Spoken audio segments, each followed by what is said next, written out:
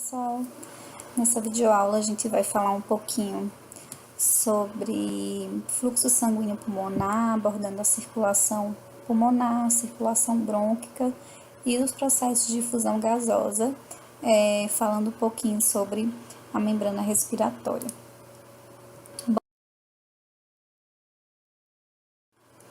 E aí, falando um pouquinho sobre a circulação pulmonar, vocês sabem que a circulação pulmonar ela vai se diferir da circulação sistêmica, porque o coração, os ventrículos direito, ele vai ejetar sangue para apenas um órgão, que é o pulmão, né? Diferente da circulação sistêmica, que ejeta sangue para vários órgãos e vários tecidos. E aí, pessoal, quando o débito cardíaco ele aumenta, como ocorre, por exemplo, durante o exercício, durante uma atividade física do animal, essa circulação pulmonar, ela deve ser capaz de acomodar esse aumento do fluxo sanguíneo em um grande aumento de trabalho do ventrículo direito. Lembra que tudo que acontece no ventrículo esquerdo acontece no direito. E aí, como que o único órgão que está ali próximo do coração, ele consegue acomodar todo esse sangue? Através da regulação, né, do músculo liso nas paredes das pequenas artérias pulmonares. Então, quem que vai controlar isso? Quem que vai fazer que vai controlar o processo de vasodilatação, vasoconstrição do músculo liso? Sistema nervoso autônomo, sistema nervoso simpático e parasimpático faz esse controle a depender da necessidade do animal. Então, pessoal, funcionalmente, os vasos sanguíneos pulmonares eles podem ser classificados em vasos alveolares e extraveolares. Os vasos alveolares, como o próprio nome já diz, são capilares extremamente finos que estão perfundindo os alvéolos, onde de fato ocorrem as trocas gasosas. E os vasos extra-alveolares compreendem as artérias pulmonares, veias pulmonares e os brônquios, tá? Então, isso aqui compõe o sistema de fluxo sanguíneo. Então, aqui nessa representação diagramática, vocês podem ver os vasos extraveolares, então, artérias e veias pulmonares intimamente correndo juntamente com os brônquios. Esse conjunto é chamado de feixe broncovascular, eles estão ligados por um tecido conjuntivo frouxo. E aqui vocês podem perceber que intimamente também próximo a esse feixe broncovascular estão os septos alveolares. Então, aqui nessa ampliação dos septos alveolares, aqui nós temos os capilares sanguíneos, aqui o espaço alveolar, então aqui onde vão acontecer as trocas gasosas. Então, pessoal, são os alvéolos os principais sítios de difusão gasosa entre o ar e o sangue. E aí, esse processo de difusão de gás, ele depende da distância entre o epitélio do alvéolo e o endotélio do capilar. Então, depender dessa distância, quanto menor essa distância, melhor vai ser o processo de difusão de troca gasosa, que também é chamado de hematose. Então, é através da hematose que o sangue venoso da artéria pulmonar torna-se sangue arterial, como vocês sabem, e retorna no átrio esquerdo através das veias pulmonares, ok? E aí, quando a gente fala de fluxo sanguíneo pulmonar, é importante que também a gente consiga diferenciar o que é a circulação pulmonar e o que é a circulação brônquica. Então, pessoal, a circulação pulmonar é o sistema de vasos sanguíneos funcionais, ou seja, é o sistema de vasos sanguíneos que de fato vai realizar a troca gasosa. Então, origina-se da artéria pulmonar, ramifica-se pelo tecido intersticial até os lobos pulmonares e lá se ramifica em torno de cada alvéolo, formando uma rede capilar alveolar. Então, toda aquela rede capilar lá nos septos alveolares que fazem troca gasosa, isso representa a circulação pulmonar. E o que seria a circulação brônquica? É o sistema de vasos nutritivos. O que isso quer dizer? Que são os vasos que originam-se da artéria bronquial e ramificam-se formando uma rede capilar intersticial distribuída por todo o pulmão. Então, são os vasos que vão nutrir as células do pulmão, já que ele também é um tecido. Comparem com a circulação coronariana. Os vasos coronarianos são aqueles vasos que vão nutrir as próprias células do coração. No caso, a circulação brônquica é formada por vasos sanguíneos que vão nutrir o próprio tecido pulmonar.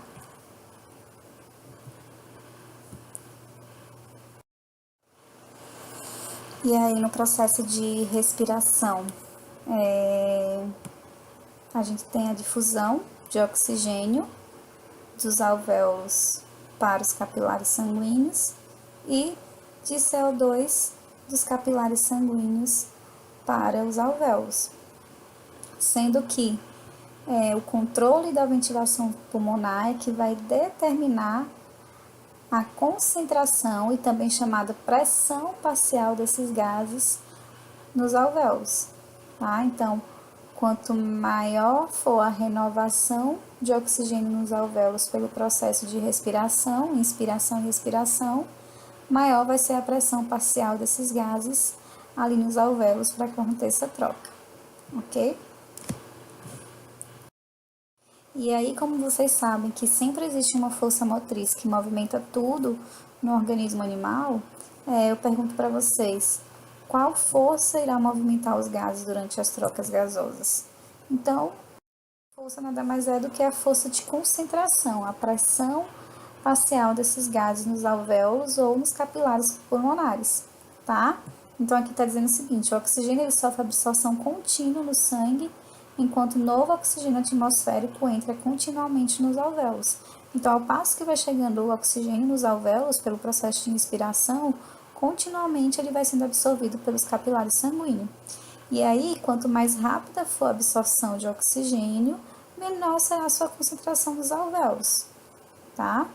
Por outro lado, quanto mais rapidamente o oxigênio atmosférico for levado aos alvéolos, maior será a sua concentração ali para que a troca gasosa aconteça. E a concentração, como eu falei para vocês, de um gás nos alvéolos, ela também é chamada de pressão parcial. Vocês vão ouvir falar muito em pressão parcial do oxigênio alveolar, ok? Da mesma forma, a concentração de CO2 é que também vai determinar a sua eliminação da circulação sanguínea. Então, vocês sabem que continuamente o CO2 ele é formado no organismo, né? E aí ele é levado para os alvéolos e lá nos alvéolos ele vai ser eliminado. E aí o que vai determinar qual a velocidade de eliminação de CO2 dos pulmões é a velocidade de liberação de CO2 do sangue para os alvéolos e a velocidade com que o CO2 é removido dos alvéolos. Tudo isso pelo processo de ventilação. Então, a frequência respiratória, a ventilação minuto, ela vai determinar a velocidade de liberação desses gases, tanto de liberação de CO2 quanto de absorção de oxigênio. E aí, como eu falei para vocês, a difusão desses gases, tanto do alvéolo para o capilar quanto do capilar para o alvéolo, ele vai depender de uma distância mínima. E essa distância ela é dada pelo epitélio do alvéolo, que a gente viu lá atrás, e pelo endotélio dos capilares sanguíneos. Sendo que, geralmente, essa distância ela é mínima para otimizar ao máximo essa difusão gasosa. Então, o epitélio alveolar geralmente é uma membrana muito delgada e eles estão muito próximos aos capilares sanguíneos para que essa difusão seja bem otimizada. Essa distância de difusão dos gases é chamada de membrana pulmonar ou membrana respiratória. Então, se eu tenho qualquer tipo de alteração relacionada à espessura dessa membrana, eu tenho problemas em relação à difusão gasosa. Ela não se torna tão eficiente como deveria. Então, vamos entender um pouco melhor isso.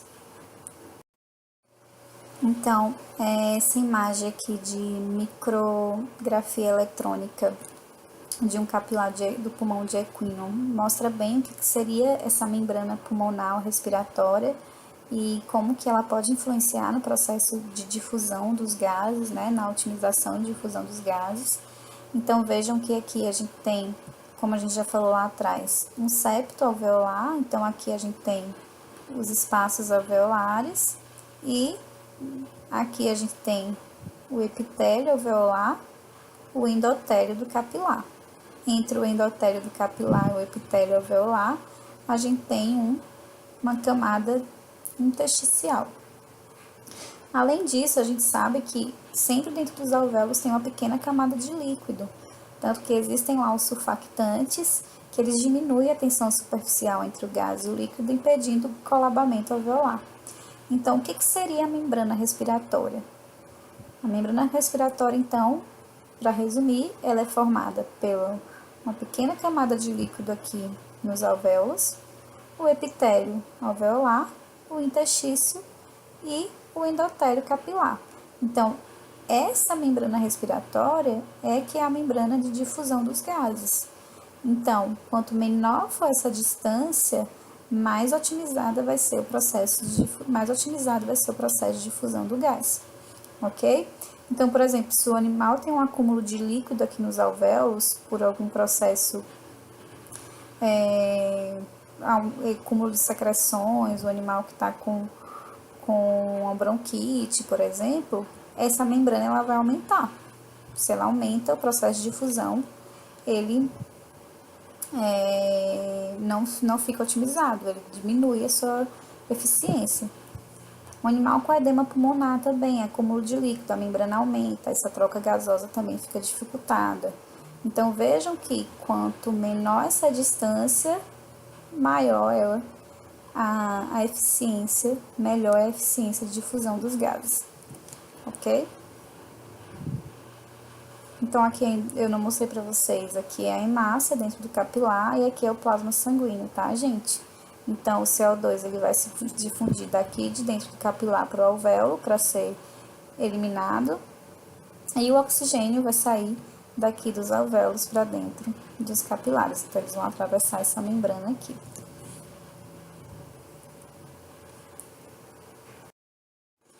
E aí, falando dessa espessura da membrana e de quando que essa difusão gasosa ela pode ser comprometida devido a alguma alteração na membrana respiratória, esse slide ele fala um pouquinho dos principais fatores que combinados determinam com que rapidez um gás pode atravessar uma membrana respiratória.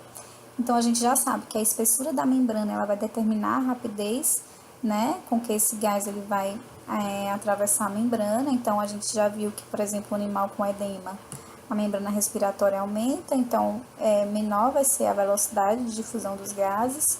Um pulmão com fibrose, né, com uma área enrijecida, também aumentando a membrana, a espessura da membrana também vai ter uma dificuldade nesse processo de difusão.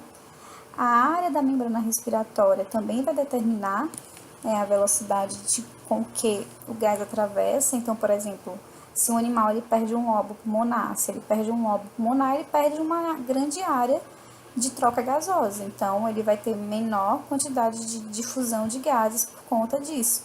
Enfisema pulmonar também, né? Então, ineficiência de uma área do pulmão em fazer troca gasosa. Tudo isso vai influenciar no processo, na velocidade de troca de gases. O coeficiente de difusão do gás também influencia. Então, aqui só mostrando para vocês que, por exemplo, o CO2 ele se difunde através da membrana cerca de 20 vezes mais rápido do que o oxigênio, que por sua vez se difunde 2 vezes mais depressa do que o nitrogênio. Então, esse coeficiente de difusão, que é natural do próprio gás, também vai determinar a sua velocidade de transporte através da membrana respiratória e o gradiente de pressão dos gases. Então, a pressão parcial do gás nos alvéolos e sua pressão no sangue também vão determinar essa velocidade. Lembrando que os gases eles vão passar de onde eles têm uma maior pressão parcial para onde ele tem menor pressão parcial.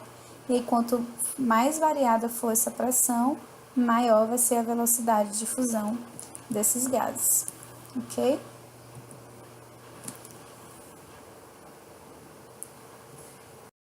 E aí, só para a gente concluir essa parte de fluxo sanguíneo pulmonar, é importante que a gente entenda o que é a razão de ventilação perfusão. Então, a ventilação, você já sabe o que é, né? A entrada e saída de ar dos pulmões em 1 minuto. E a perfusão seria o fluxo sanguíneo lá nos capilares alveolares.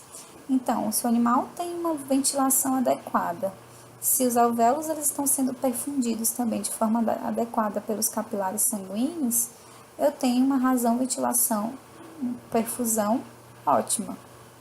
Sendo que qualquer desequilíbrio na ventilação, o animal que não consegue respirar direito, o animal com pneumotórax, com hemotórax, o animal com edema, com secreção alveolar, alguma alteração na membrana respiratória, tudo que possa alterar a ventilação ou o fluxo sanguíneo no pulmão, isso vai alterar essa razão ventilação-perfusão e o animal vai ter dificuldade de troca gasosa, ok? Então, é isso. Na próxima aula a gente fala sobre trocas gasosas e transporte de gases na corrente sanguínea.